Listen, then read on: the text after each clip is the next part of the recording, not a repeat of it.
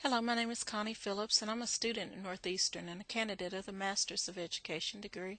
And in this presentation, I will review my case study as part of my course assignment for EDU 6319, How People Learn.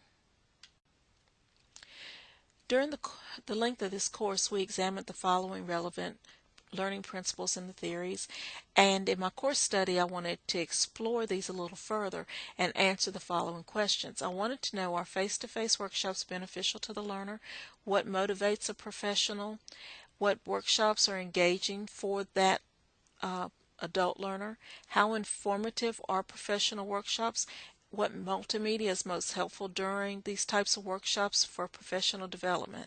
And in the case study, you'll have an opportunity to view a copy of the slides that were provided to me, as well as read about my observation and my analysis.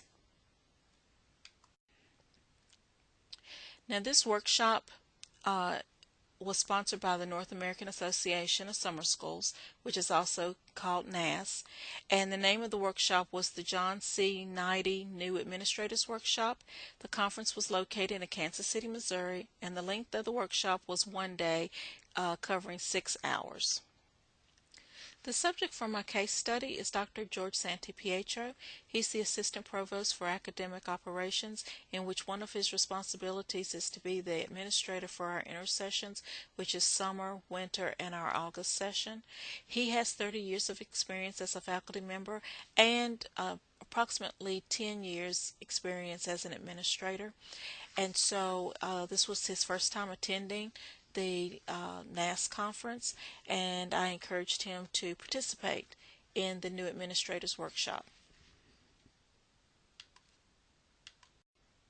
In my observation and assessment of George's experience, I found that the facilitators were very much engaging with their attendees. They understood what the new administrators and first-time attendees may be experiencing and worked to provide the right atmosphere for learning for them.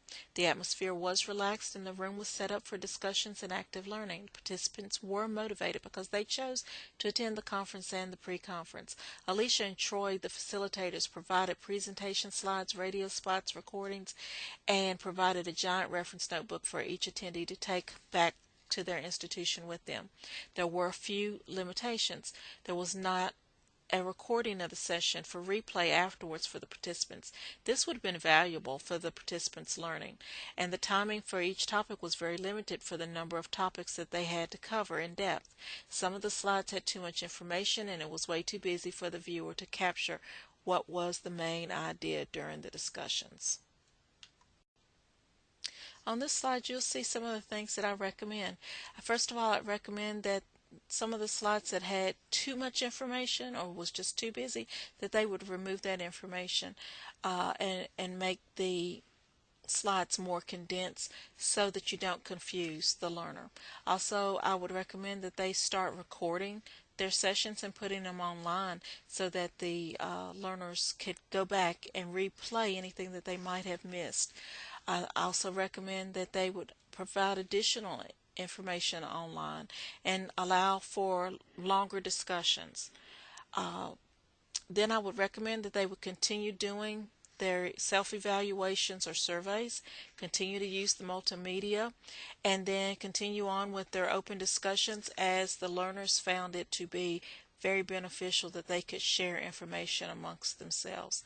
I'd also encourage them to continue on with networking opportunities and providing other resource materials for the learner. Well, this concludes my presentation on my case study of professional development workshops, the use of multimedia, and the self-regulated learner.